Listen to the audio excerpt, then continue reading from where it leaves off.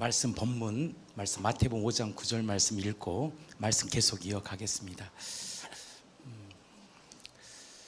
우리의 모든 인생은 장례식을 하든 결혼식을 하든 어떤 분은 그렇더라고요. 자기는 성경적으로 추도 이런 거 원치 않는다고. 성경적이냐? 저는 그런 건 안 따져요. 그곳에 복음이 필요하다면 저는 갑니다. 무당도 찾아가잖아요. 저 무당이랑 3개월 있었잖아요. 천신무당하고도. 근데 저는요, 그 영혼을 사랑했어요. 그 무당이라는 것은 굉장히 악한 거지만 하나님이 그 영혼은 귀한 거거든요. 그 영혼을 보는 거예요, 영혼. 근데 하나님께서 그 3개월 있으면서 제가 뭘 알게 되었느냐, 영적인 세계를 알게 되는 거예요. 영적인 세계.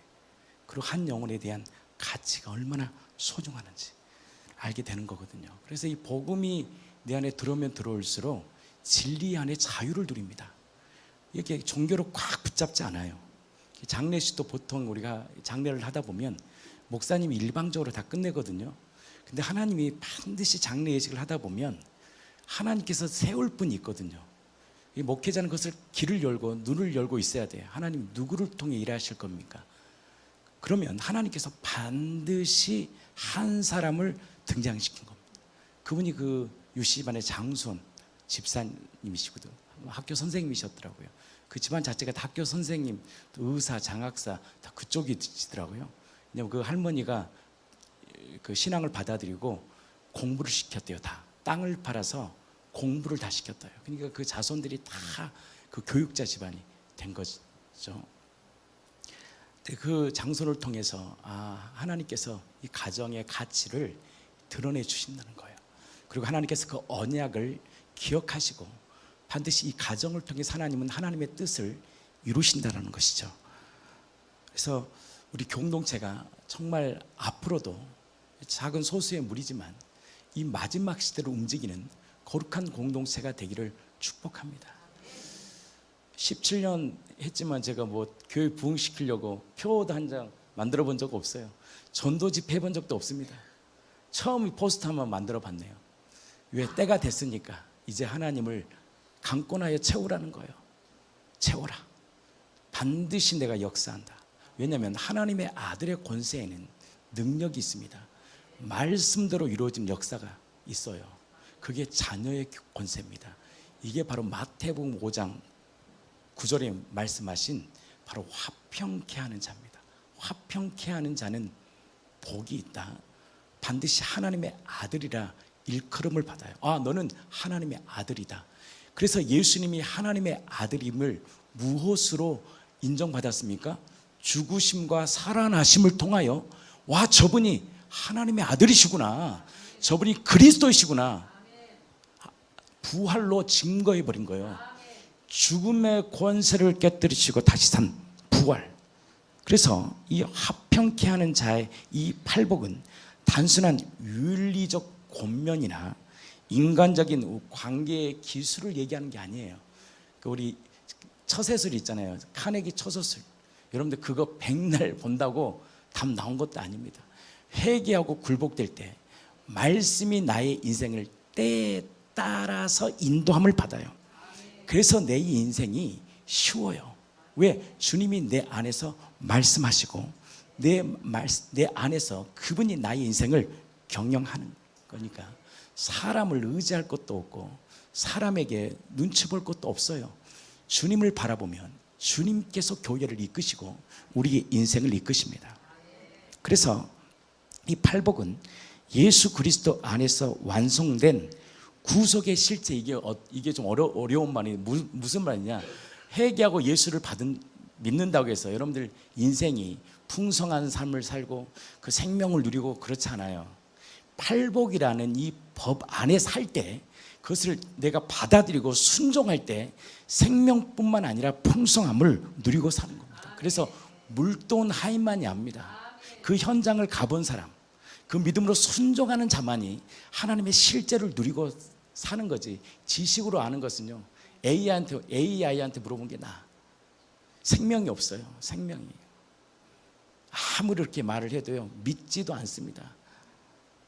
오히려 마귀의 정죄를 받아요. 너는 못 되게 사는데.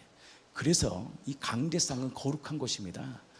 거룩한 삶을 살지 않으면 하나님이요 절대 역사하지 않습니다.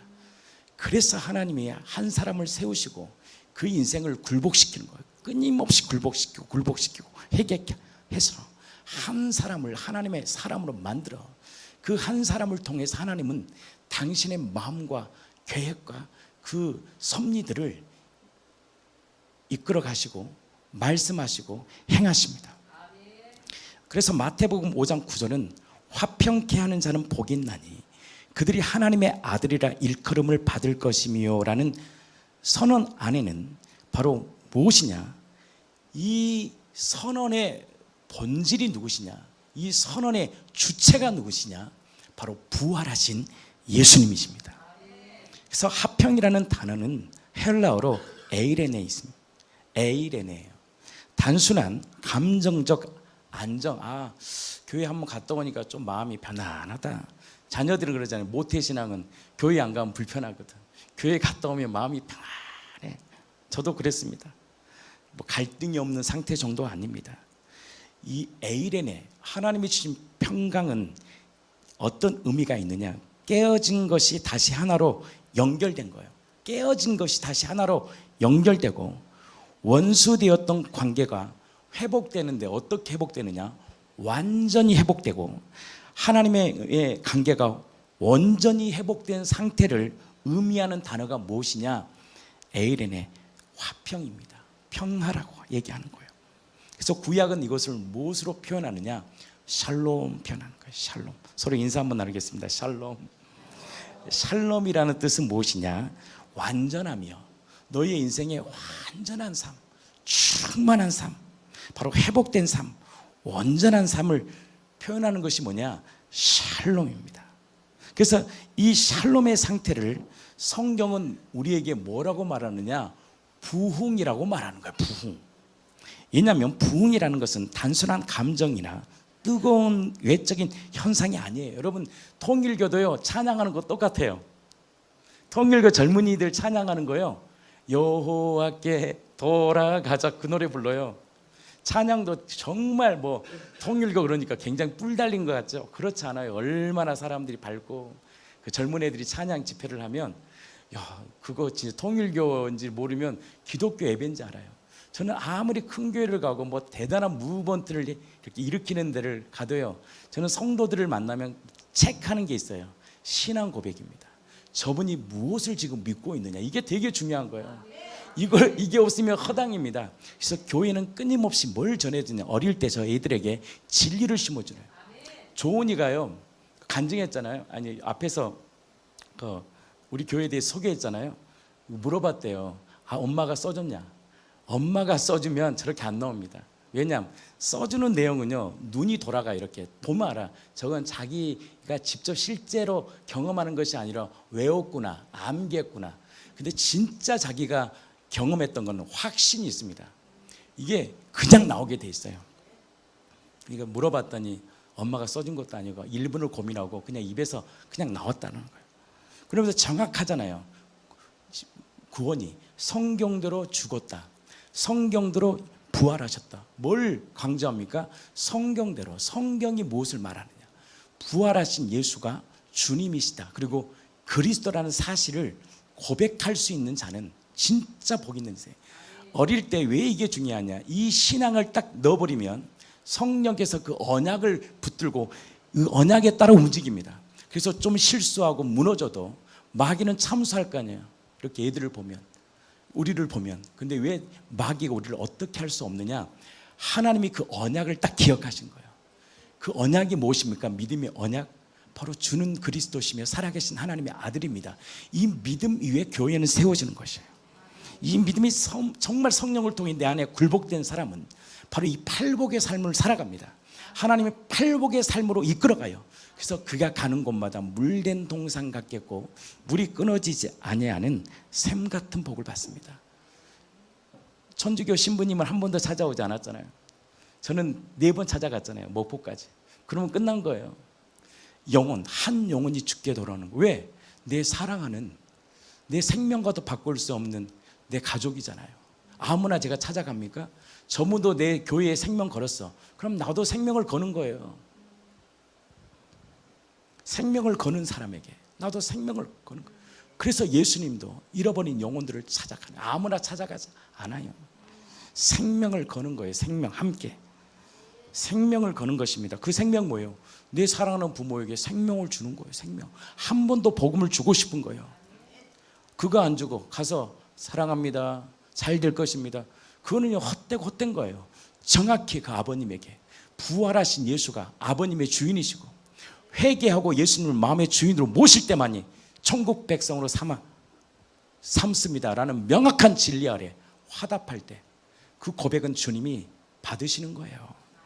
그래서 목회자나 우리 성도들은 뭐가 명확해야 되느냐? 신앙 고백이 명확해야 돼요. 이 성경의 말씀이 정확해야 돼요. 그래서 어릴 때부터 아이들을 말씀으로 양육해 보세요. 마지막 시대에 이들이 움직입니다. 이들이요 말씀이 그들을 움직여요. 좀 부족함이 있고 연약함이 있고 어눌함이 있고 좀 공부도 못해, 안 그렇습니다. 하나님 그의 인생을 들어 쓰십니다. 지혜를 주시고 성령의 충만함을 주셔서 그의 인생을 이끌어 가는 거예요. 그래서 참된 부흥은 단순히 복음을 듣는 데서 끝나지 않습니다. 제가 오늘 이 시간까지만 하고 새벽에 할 텐데, 오늘 제가 말씀에서 말씀으로 끝날 테니까 여러분께서 한번 말씀을 계속 이어가기를 원합니다. 왜냐하면 이 말씀들은 제가 수십 번 7년 동안 10년 동안 선포했던 말씀들이 말씀대로 움직일 때 어떻게 말씀이 움직인지를 보기를 축복합니다. 참된 부흥은 단순히 복음을 듣는 데서 끝나는 것이 아니라 그 복음을 믿음으로 받아들여 내 존재와 이 존재, 이 혼과요 결부가 일어나야 됩니다. 그래서 히브리서 4장 여러분들 3절 말씀, 우리 말씀 다 알잖아요. 이미 받은 믿는 우리들이 저 안식에 들어갈 수 있는 조건이 뭐냐? 믿음과의 결부가 일어나야 돼요. 그래서 그들같이 우리도 복음을 전함을 받은 자나 들은 바 그 말씀이 나와 실제가 안 돼, 유익이 안 돼. 그러니까 교회를 다녀도 평강을 못 누려. 그 실제 복음 안에서 살지를 못해. 왜? 믿음과 결부가 되지 않은 거예요. 믿음과 결부가 될 때 하나님께서 뭘 주시느냐? 존재적 평강을 줍니다. 이건 신학적 용어인데요, 존재 자체에 깊은 평강을 얻어버립니다. 뭐지? 이야, 근심해야 되는데 기뻐해. 가난한 자 같으나 많은 사람을 부욕해. 아무것도 없는 자 같으나 모든 것을 가진 자가 돼요. 제가 이 다니엘 기도회에서 기도회를 인도했잖아요. 어떤 분 우리 교회로 착각하더라고요.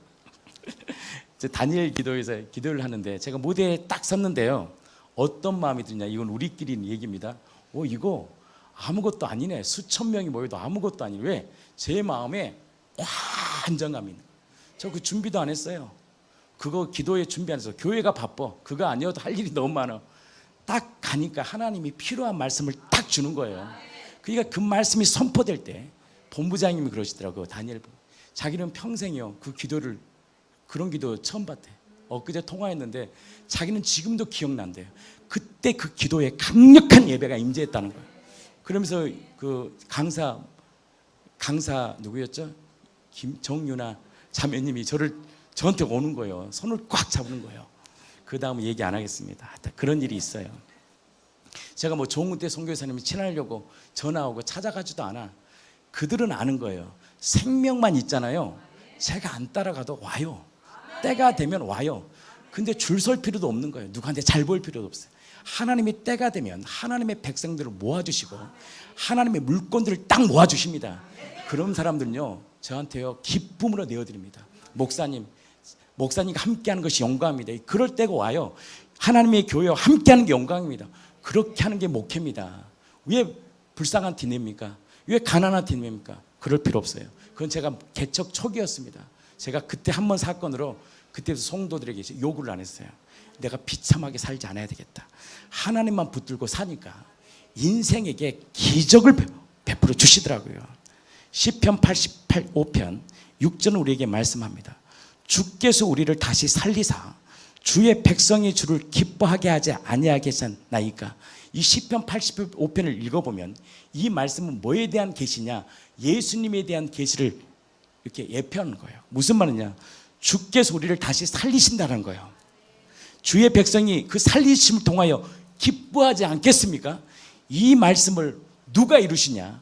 사람으로 오신 예수님이, 이 땅의 창조주가 사람으로 오셔서 허물과 죄로 죽었던 우리들을 십자가의 죽으심과 부활로 다시 일으켜버립니다. 그래서 에베소서 2장 4절 5절 말씀 우리에게 말씀합니다. 우리 말씀을 한번 입을 열어 한번 선포하시길 바랍니다. 에베소서 2장 4절에서 5절 말씀이에요. 우리 함께 한번 읽어보겠습니다. 에베소서 2장 4절에서 5절 말씀입니다. 자, 4절 시작. 긍휼이 풍성하신 하나님을 우리를 사랑하신 어떤 사랑, 그 큰 사랑을 인하여 2절입니다. 허물로 죽은 우리를 그리스도와 함께 살리셨고 너희는 뭘로? 은혜로 구원을 받은 것이다. 아멘이시죠? 살리셨다. 그리스도와 함께 살리셨다. 부흥은 결단코 인간의 열심으로 되지 않습니다. 노력도 아닙니다. 하나님께서 죽은 심령을 살리시는 이 생명의 사건을 내가 경험할 때 부흥이 일어납니다. 그게 무엇입니까? 죽었던 예수가 부활하셨고, 부활하신 예수가 창조주가 나를 위하여 죄와 사망에서 자유케 하시려고 피를 쏟으시고 율법의 저주의 소리를 자유케 하셨다는 사실을 받아들일 때 내 안에서 사는 역사가 일어나는 거예요. 이게 기독교의 진리입니다. 진리. 나는 이 진리가 다시 미국 땅 가운데 흘러가기를 축복합니다. 그래서 요한복음 5장 24절은 우리에게 말씀합니다. 내가 진실로 진실로 너희에게 이르노니 내 말을 듣고 또 나 보내신 이를 믿는 자는 영생을 얻었고, 영생은 무엇이냐? 내 말을 듣고 나 보내신 이를 믿는 자는 영생을 얻었고 심판에 이르지 아니한 하나님, 사망에서 생명으로 옮겼다는 거예요. 선언. 부흥이 무엇이냐? 이 선언 앞에 마땅합니다. 맞습니다. 성령의 인치심을 통해 이것을 받아들일 때 내 심령에 죽었던 영혼이 다시 살아나 버려요. 살아나요. 이게 기독교의 실제적인 진리입니다. 진리. 요한복음 11장 25절은 우리에게 말씀합니다. 나는 누구냐? 부활이다. 예수님은 어떤 정체성이냐? 나는 부활이야. 나는 생명이야. 나를 믿는 자는 죽어도 살겠다라고 선포합니다. 이 생명의 근원이 오직 누구다? 너의 죽은 영혼을 다시 일으키고 회복시키고 소생시키실 분은 예수야. 이걸 예수님이 창조주가 이 땅에 사람으로서 입을 열어 말씀하시는 거예요. 근데 그것은 말이야. 이 말을 마리아로 끝나는 것이 아니라 실제 사건을 통해서 이루신 사건이 무엇이냐? 십자가의 죽으심과 부활입니다. 그래서 로마서 6장 4절은 우리에게 말씀합니다. 그리스도를 죽은 자 가운데서 살리심과 같이 우리로 또한 새 생명 가운데 행하게 하려 함이라. 이게 진리예요. 그리스도를 죽은 자 가운데 살리심과 같이. 왜 살리셨냐? 새로운 생명. 너희들 한 번도 맛보는 생명이 있다. 여러분들 그 생명 맛보았습니까? 맛보는 사람은 다릅니다.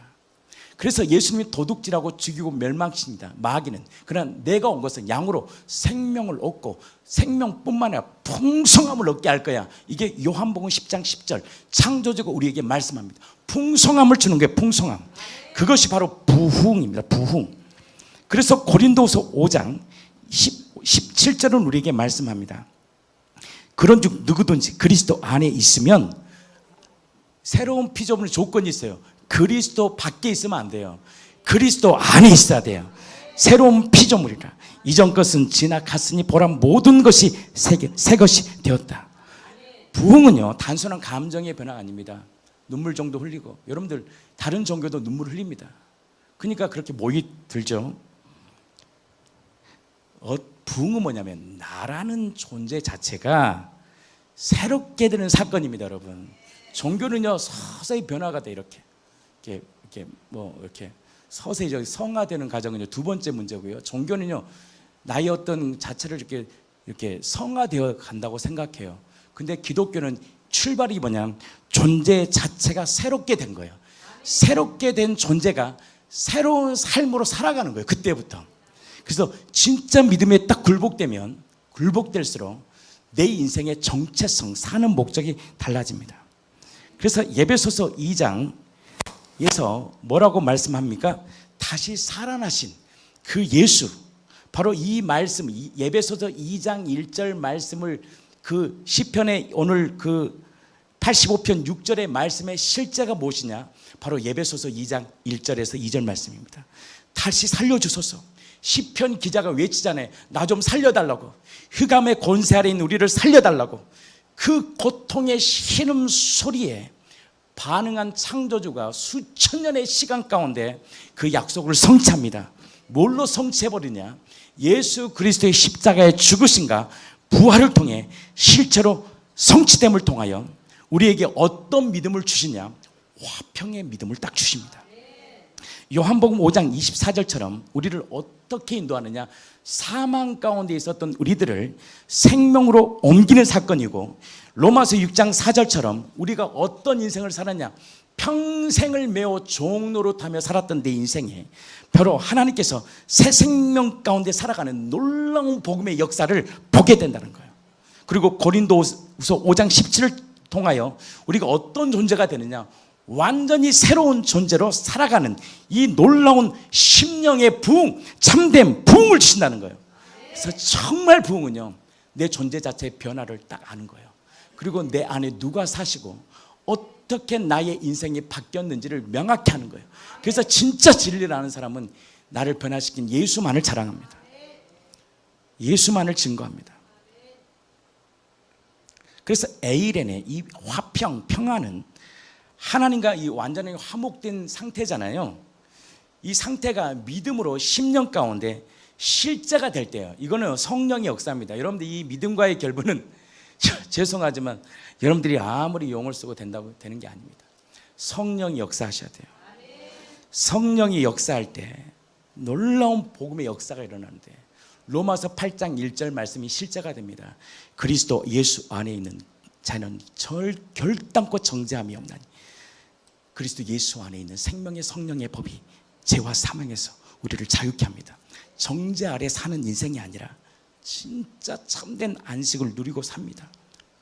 그리고 히브리서 4장 3절 말씀처럼 믿음과 결부될 때 안식에 참여합니다. 그때야 비로소 그리스도의 생명에 참여하는 복의 사람이 됩니다. 그러한 인생을 고린도후서 6장 9절 10절은 이렇게 표현합니다. 무명한 자 같으나 유명한 자요, 죽은 자 같으나 보라 우리가 살아있고, 징계를 받은 자 같으나 죽임을 당하지 아니하고. 이게요, 다시 산 생명에 주시는 복음의 능력입니다. 근심하는 자 같으나 항상 기뻐하고, 가난한 자 같으나 많은 사람을 부유하게 하고, 아무것도 없는 자 같으나 모든 것을 가진 자로 살아가는 이 놀라운 외적 내적인 증거를 딱 주십니다. 이게 평강이에요. 평강. 외적인 환경 상관없어요. 내적인 상관없이 외적인 어떤 환경들이 있잖아요. 저희도 그 많은 일들이 있었어요. 근데 제가 기적이 뭐냐면 평강이 나를 딱 주장하는 거예요. 그러니까 장례식에 있어도요, 이게 다 담대해요. 이게 뭐 전혀 이게 뭐라 그래요? 그렇게 기죽을 게 하나도 없어. 왜? 나에게는 금과 은은 없어. 통장에 돈은 없어. 그러나 나에겐 당신들이 갖지 않는 가장 귀한 것을 가진 자야. 그 귀한 자를 함부로 대한다? 그거는요, 아주 지혜가 없는 사람이에요. 금과 은이 아닌 예수의 생명을 가진 자는요, 존귀한 인생입니다. 그래서 저와 여러분들은 존귀한 인생입니다. 없다고 기죽지 마세요. 진짜 기죽어야 되는 게 뭔지 아십니까? 왜 애통해야 됩니까? 왜 내 안에 예수의 생명이 없이 여전히 세상에 벗대어 살아가는 악하고 음란하게 살아갈까? 이거에 대한 애통함이 있어야 돼요. 왜 나는 그것을 거부하지 못할까? 끊임없이 나는 이 세상의 정욕으로 살아갈까? 거기에 분노가 일어나야 되고, 안 되는 나를 가지고 하나님 앞에 애통하고, 하나님 너는 죄인입니다 인정하는 자에게 하나님이 뭘 주시느냐? 위대한 복음을 그 심령에 부어주셔버리는 거예요. 하나님은 그 한 사람을 지금 찾으십니다. 빌립보서 4장 6절 7절 우리에게 말씀합니다. 아무것도 염려하지 마.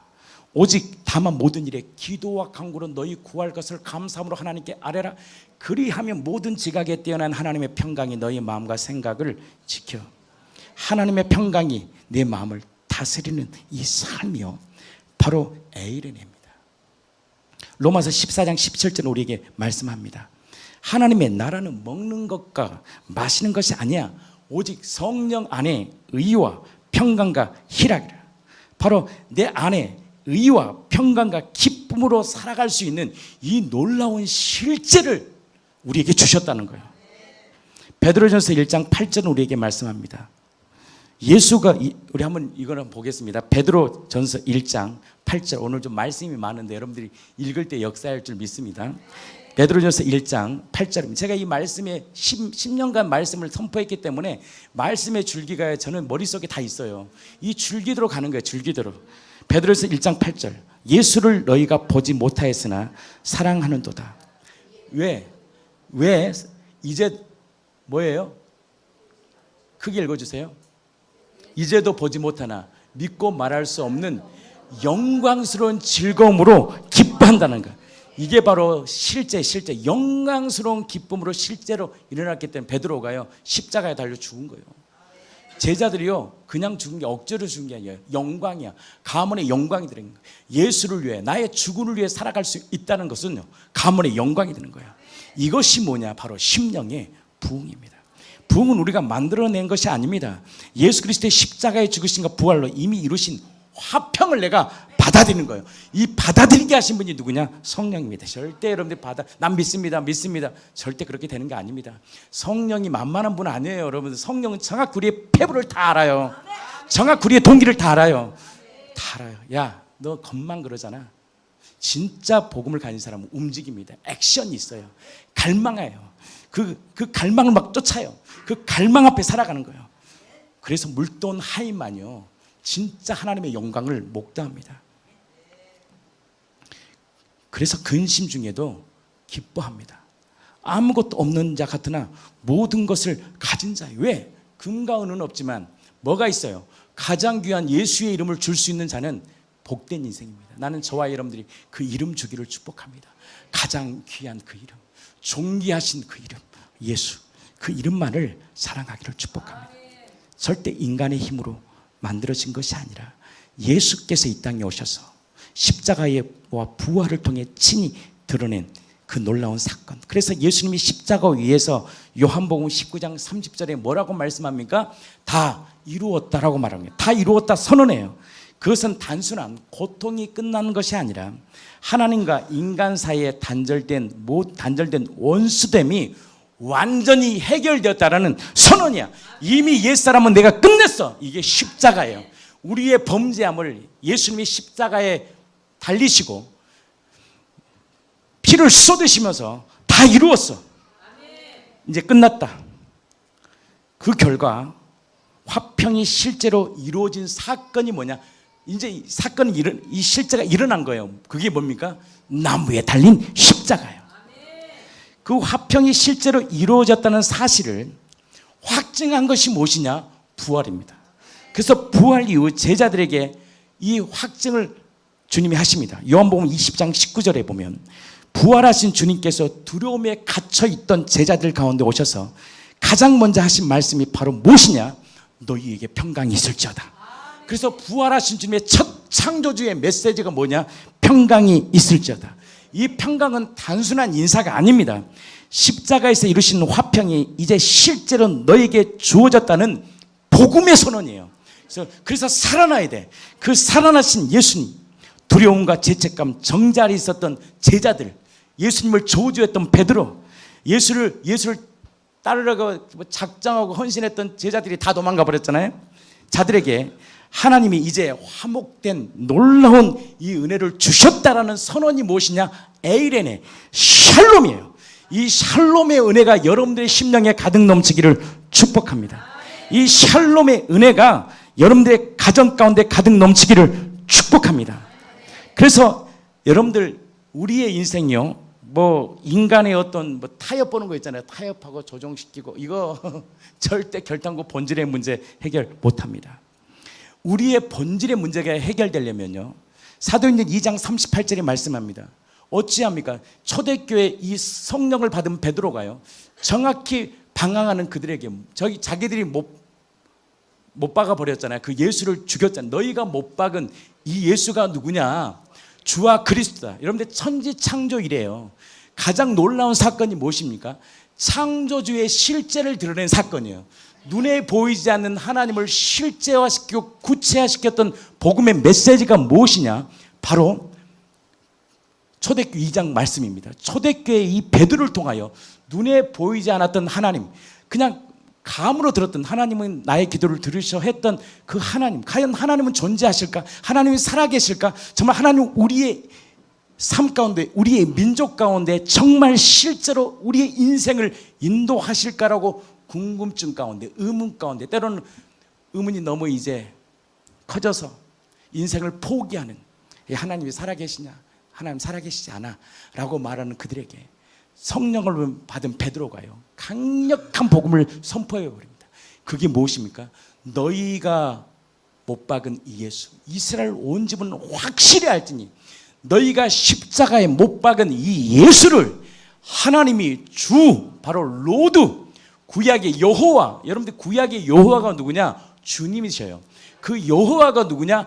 예수예요. 예수. 그 여호와를 실제화시킨 분이 누구냐? 바로 구원자 예수 그리스도야. 이 말씀이 선포될 때 그들이 심령이요 갈기갈기 찍혀버립니다. 두려워버립니다. 그때 어찌할꼬, 그럼 나 어떻게 해야 돼? 했던 그들에게 구원의 솔루션을 딱 정해줍니다. 그게 뭐냐? 회개하고 각각 예수 그리스도의 이름을 세례를 받고 죄사함을 받으라. 그리하면 성령의 선물을 받으라. 뭐예요?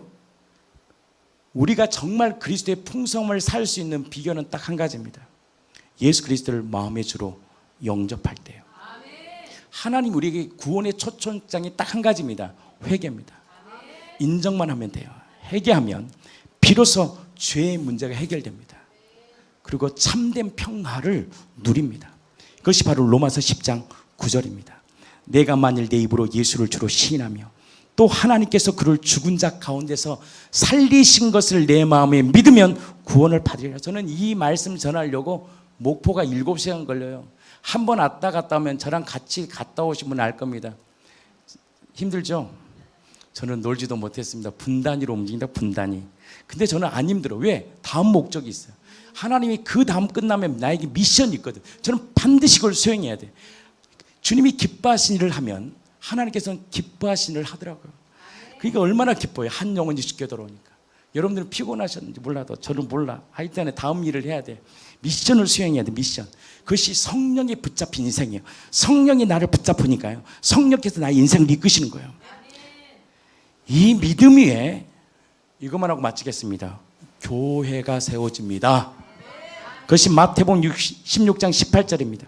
내가 이 반석 위에, 이 믿음 위에 교회를 세우리니 이 교회는요 결탄코 음부의 권세가 이기지 못합니다. 교회는 인간의 조직으로 되지 않아요. 동아리로 교회를 부흥했다? 저는 동아리 없애버려요. 우리 교회는 찬양팀으로 부흥했다? 없애버려요. 그럼 찬양이 없는 팀은 어떻게 교회가 부흥하라고? 우리 교회는 뭐 사람들이 관리를 잘해서 부흥했다? 그게 다 인본적인 거예요. 교회는 오직 신학의 고백의 굴복됨을 통해서 부흥이 일어나야 돼요. 그러니까 교회가 깨지는 거예요. 그렇게 해서 그걸 자랑합니까?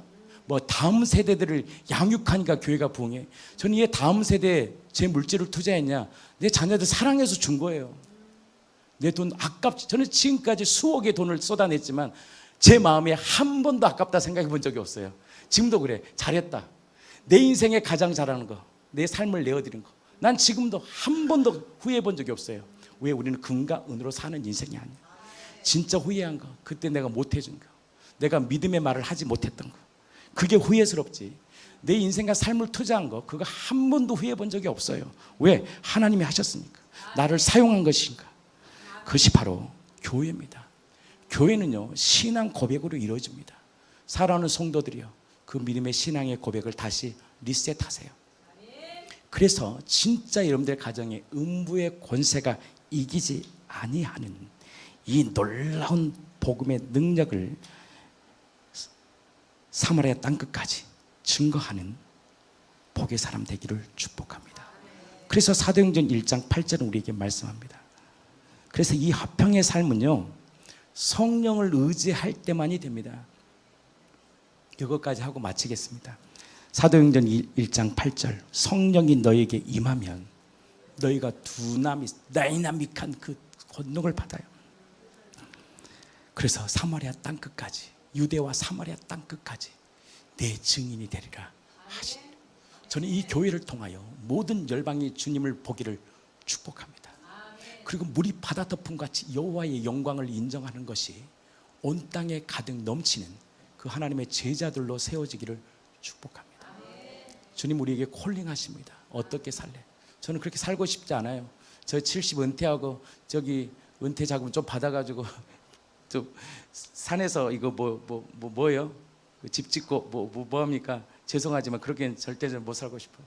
한 번 사는 인생 저 열방 가운데 나에게 생명 주신 그 예수 그리스도의 이름을 높이고 찬양하고 그 이름만을 예배하는 평생 예수 한 분만을 사랑하고 그 예수 그리스도의 이름을 나에게 생명 주신 그 예수만을 자랑하고 그 예수 그리스도의 이름만을 높이는 거룩한 교회가 되기를 원합니다. 찬양을 바꿔야 되겠습니다. 그 예수 그리스도의 이름을 찬양합니다. 그 이름 아름답도다. 그 이름은 존귀하도다. 산에서 개척한 게 뭐가 중요합니까? 뭐 술집에서 한 게 뭐가 중요해요? 옥하는 목사님이 대단합니까? 옥하는 목사님을 불꽃처럼 살게 하셨던 그분이 누구인가를 알고 믿고 순종할 때 저와 여러분들 인생 가운데 정말 하나님의 생명을 전하는 복의 사람 되기를 예수 그리스도 이름으로 진심으로 축원합니다.